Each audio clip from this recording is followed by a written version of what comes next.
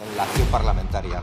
Porque si el sarcasmo es la burla mordaz con la que se pretende dar a entender lo contrario, creo que la iniciativa que hoy se nos presenta, tanto en su introducción como en sus propuestas, es el mejor ejemplo de sarcasmo que uno pueda encontrar. No se podía vivir. Pues esa es la síntesis de su primer punto. En el punto de la web del Ministerio de la Juventud no diré nada. Descargan mucho contra la ministra, pero luego se limitan a pedirle que haga una web. Pues tampoco parece un alto grado de exigencia.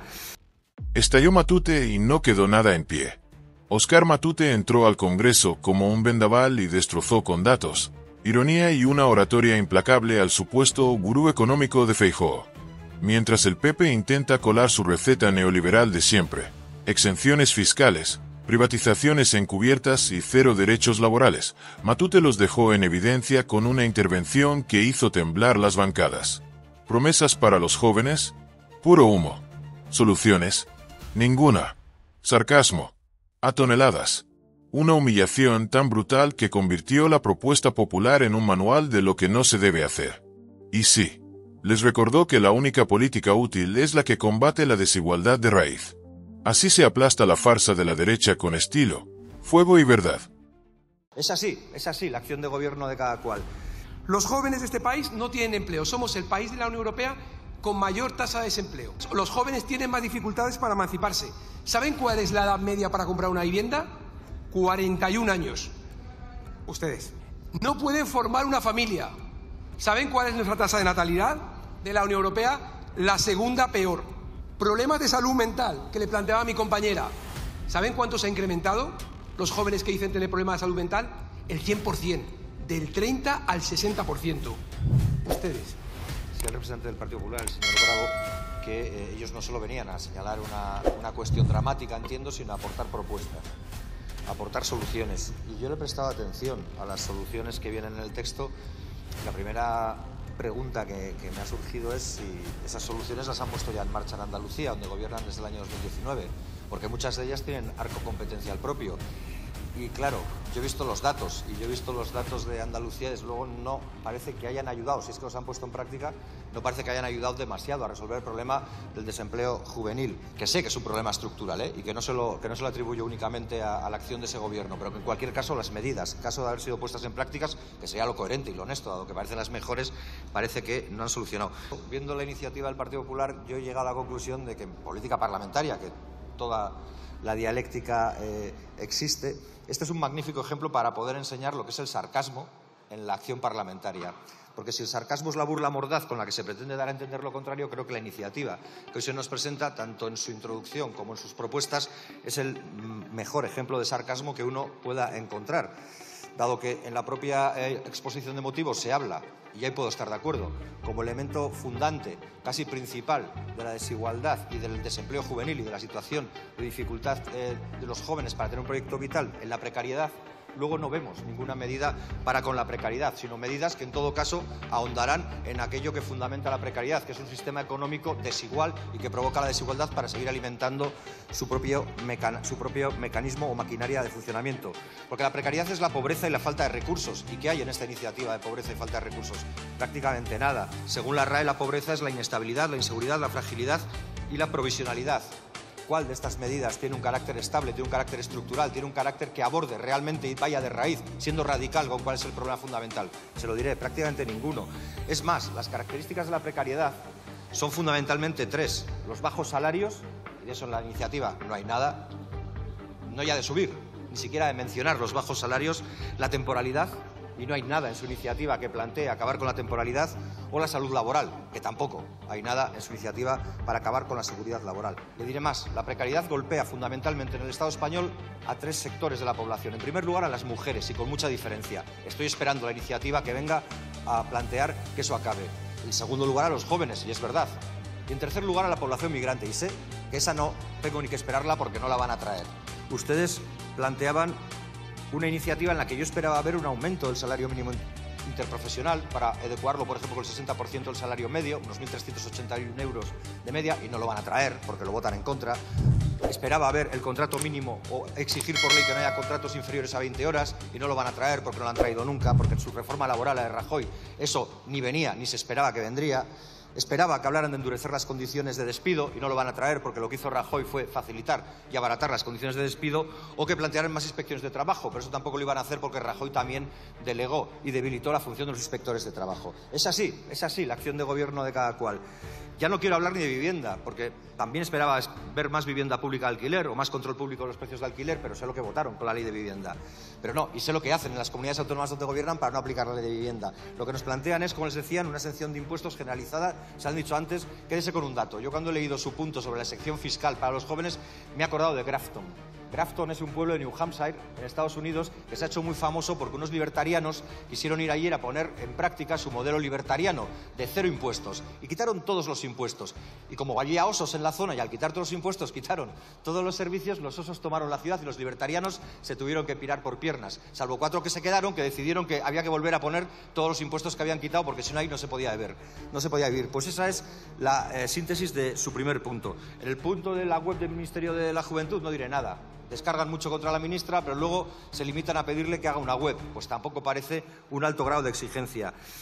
Respecto a la vivienda, pues nos plantean otra vez la colaboración público-privada. Para Blackstone, para Azora y para amigos del Partido Popular que han colaborado con ellos estará muy bien, pero a los jóvenes estos, créame, que no les soluciona nada. Y sobre la salud mental me gustaría que me dijera cómo todas las partidas que son razonables, que plantean para mejorar la salud mental de nuestros jóvenes se van a pagar si a la vez estamos pidiendo exenciones de impuestos por doquier. Yo ya le he dicho que el problema es estructural y creo que sus medidas son malas, por eso hablaba de sarcasmo. Y yo, como creo que es estructural, estoy mucho más de acuerdo con algo como lo que dice David Harvey.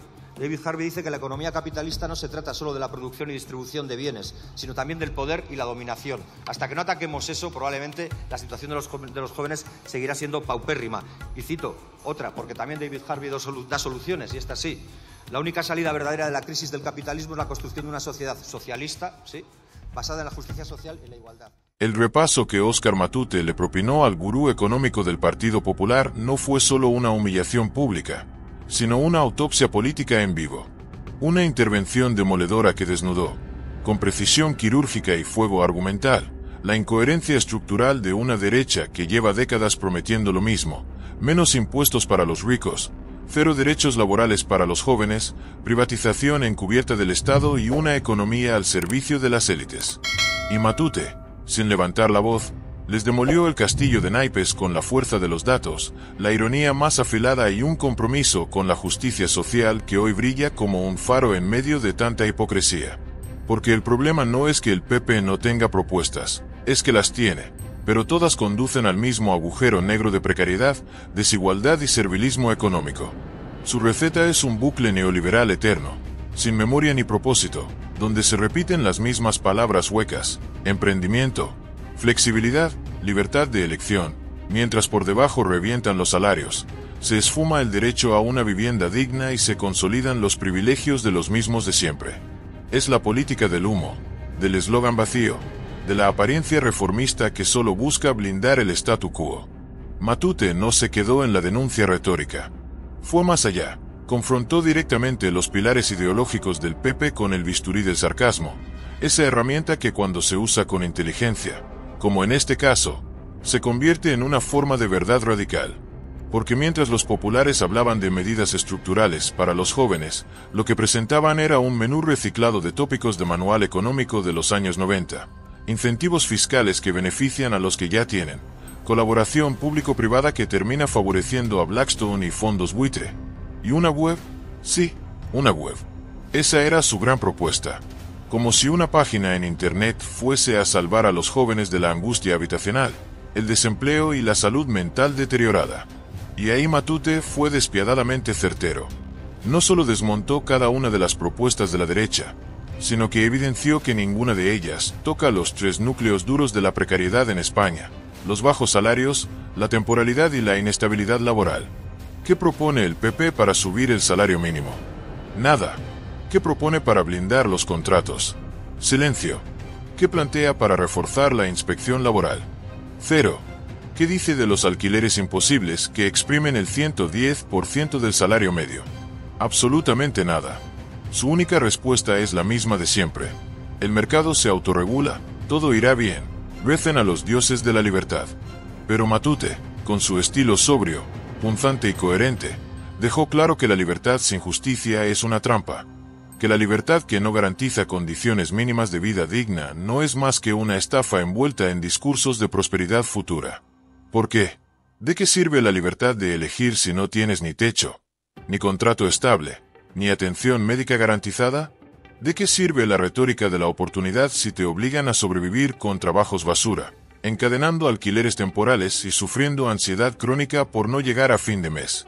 El problema, explicó Matute, no es solo económico, sino profundamente político, porque detrás de cada recorte, de cada negativa a aplicar la ley de vivienda, de cada voto en contra de la subida del salario mínimo, hay una decisión ideológica clara: sostener un modelo en el que las mayorías sacrifican su bienestar para que una minoría siga acumulando rentas, pisos vacíos y privilegios blindados. Y es ahí donde el discurso de Matute se volvió una lección de pedagogía política.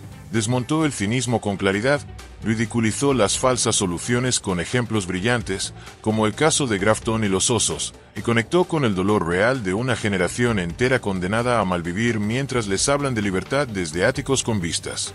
Pero lo más poderoso de la intervención fue su capacidad para reivindicar la utopía frente al engaño de la quimera.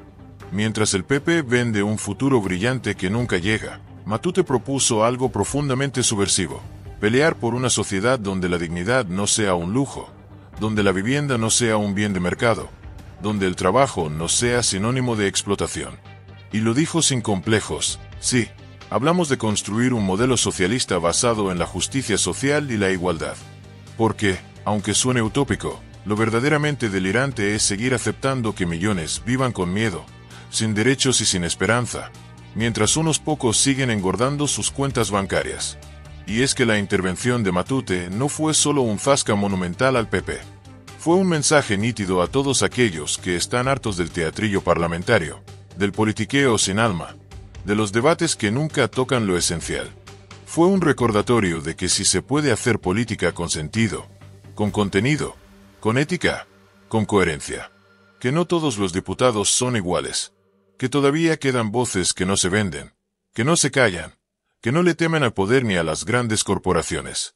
El discurso de Matute es, en última instancia, una invitación a levantar la cabeza, a exigir lo que nos corresponde, a no conformarse con migajas, a señalar con nombre y apellido a los responsables de este sistema injusto, a recordar que los derechos no se mendigan, se conquistan, que la política no es un juego de estrategias electorales, sino un campo de batalla por la dignidad humana. Y en esa batalla, Matute dejó claro de qué lado está: con las trabajadoras que encadenan contratos de 20 horas, con los jóvenes que no pueden alquilar una habitación, con las familias que viven con miedo a ser desahuciadas, con quienes no tienen psicólogo ni seguridad laboral ni certezas, con quienes lo dan todo y reciben migajas, con quienes todavía creen que otro país es posible, uno donde la vida valga más que el lucro, donde los impuestos sirvan para construir futuro y no para alimentar paraísos fiscales, donde el Estado esté al servicio de la gente y no de los fondos de inversión. Y por eso su intervención duele tanto a la derecha, porque no es solo que los deje en ridículo, es que los enfrenta con lo que más temen: la verdad.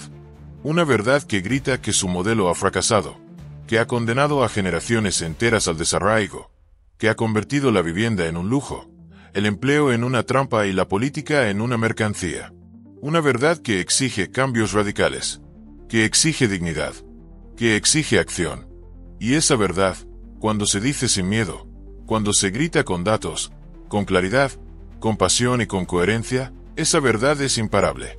Óscar Matute, en su discurso, no solo humilló a un gurú económico del PP, no solo ridiculizó una propuesta vacía, dio una clase magistral de lo que debería ser la política.